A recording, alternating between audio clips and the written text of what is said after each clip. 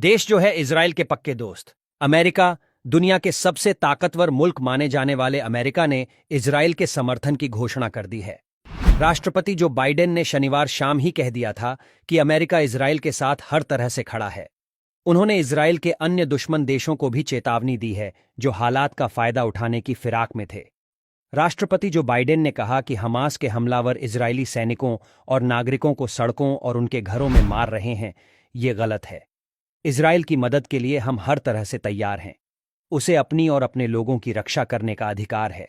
भारत की तरफ से पीएम मोदी ने सोशल मीडिया प्लेटफॉर्म एक्स पर अपनी प्रतिक्रिया दी। उन्हें हमले की निंदा करते हुए लिखा, इजरायल में आतंकवादी हमलों की खबर से गहरा सदमा लगा है। हमारी संवेदनाएं और प्रार्थनाएं निर्दोष पीड़ितों और उनके परिवारों के साथ हैं। हम इस कठिन समय में इजरायल के साथ खड़े हैं। ऑस्ट्रेलिया ने भी इजरायल के समर्थन की घोषणा की है। प्रधानमंत्री एंथनी अल्बनीज ने कहा कि हम इस समय अपने मित्र इजरायल के साथ खड़े हैं। इजरायल को अपनी रक्षा करने का अधिकार है। ब्रिटेन के प्रधानमंत्री ऋषि सुनक ने कहा है कि इजरायल को अपनी सुरक्षा का पूरा अधिकार है।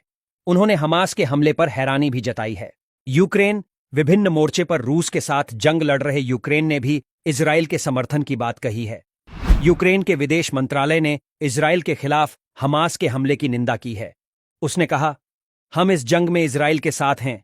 फ्रांस के राष्ट्रपति इमैनुएल मैक्रोन ने इजरायल के खिलाफ आतंकवादी हमलों की निंदा की। उन्होंने एक्स पर लिखा, मैं उन आतंकवादी हमलों की कड़ी निंदा करता हूं जो वर्तमान में इजरायल पर हो रहे हैं। मैं पीड़ितों, उनके परिवारों और उनके करीबी लोगों के प्रति अपनी पूरी एकजुटता व्यक्त करता हूं।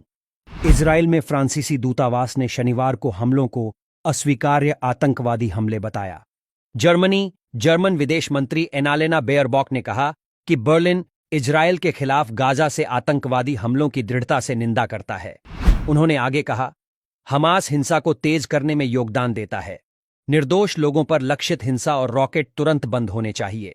ईरान, आईएसएन समाचार वेबसाइट की रिपोर्ट के अनुसार ईरान के सर्वोच्च नेता अली हुसैनी खामेनेई के एक सलाहकार ने कहा कि ईरान फिलिस्तीनियों के हमले का समर्थन करता है। कतर के विदेश मंत्रालय ने एक बयान जारी कर कहा कि फिलिस्तीनी लोगों के साथ बढ़ती हिंसा के लिए केवल इजरायल ही जिम्मेदार है।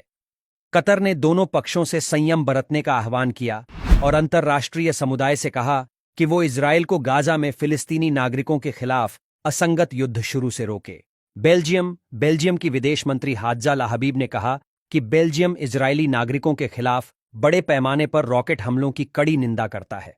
उन्होंने आगे कहा, हिंसा और आतंक केवल पीड़ा को कायम रखता है और बातचीत के रास्ते में बाधा डालता है। हमारी संवेदनाएं उन सभी प्रभावित लोगों के साथ हैं। हम स्थिति पर करीब से नजर रख रहे हैं।